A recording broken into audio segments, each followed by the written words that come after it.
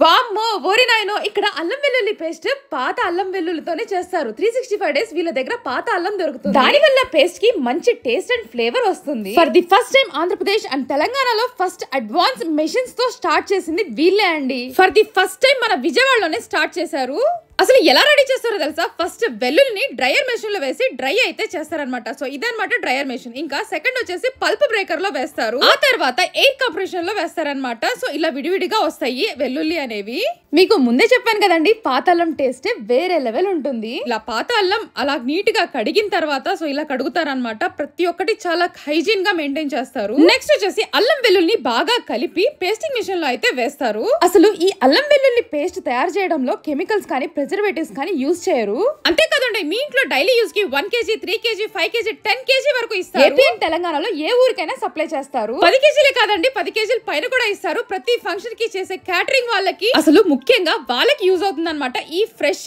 అల్లం వెల్లుల్లి పేస్ట్ అనేది ఇక్కడ మీకు విడిగా వెల్లుల్లి పీల్ చేసినవి సెపరేట్ గా కావాలన్నా కానీ ఇస్తారు అడ్రస్ వచ్చేసి Vijayawada Bhavanipuram road RTC work shop road లోనే ఉంటుంది మన భవానీ ట్రేడర్స్ అయిన తాజా జింజర్ గార్లిక్ పేస్ట్ అనేది వీడియోనైతే తప్పకుండా షేర్ చేయండి